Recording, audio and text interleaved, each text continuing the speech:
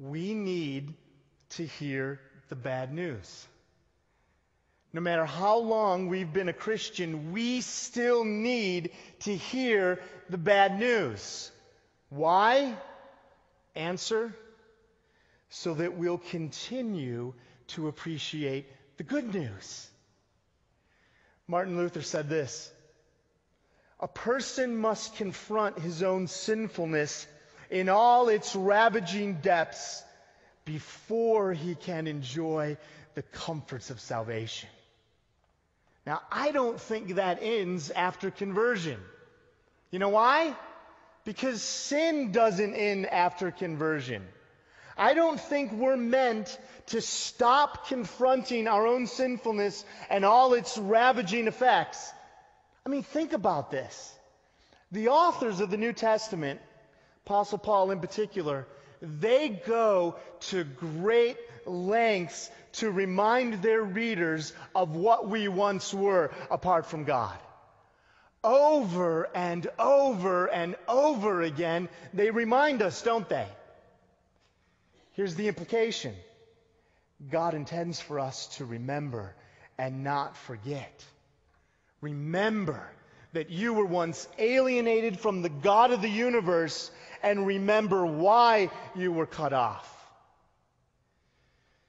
And the reason the Bible reminds us over and over again of what we once were, like Luther said, is so that we will be struck over and over and over with how unspeakably awesome verse 22 is.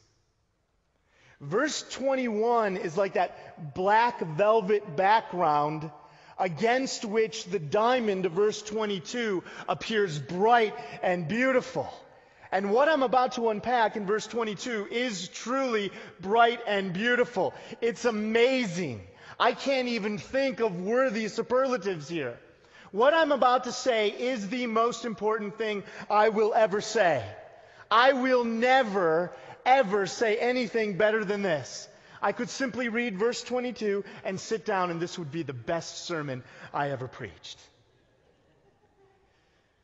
And what I'm about to say right now is very familiar to most of you. I mean, we're traveling over very familiar territory right now. And here's a sad fact about human nature. This is definitely a result of the fall. We get familiar with things. In fact, we get overly familiar with things. We get overly familiar with things so that we get used to them.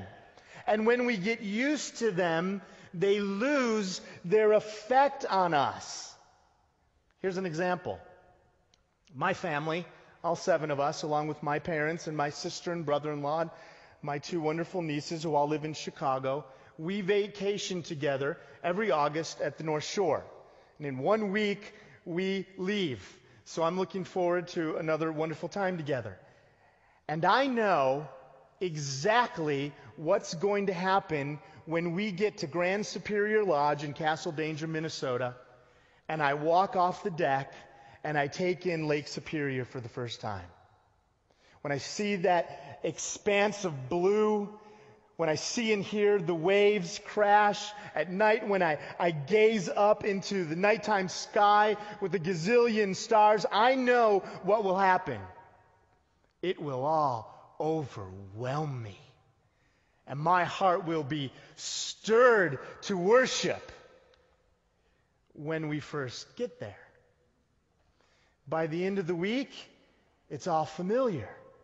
It never fails. I have never, ever maintained my initial awe for an entire week on the North Shore.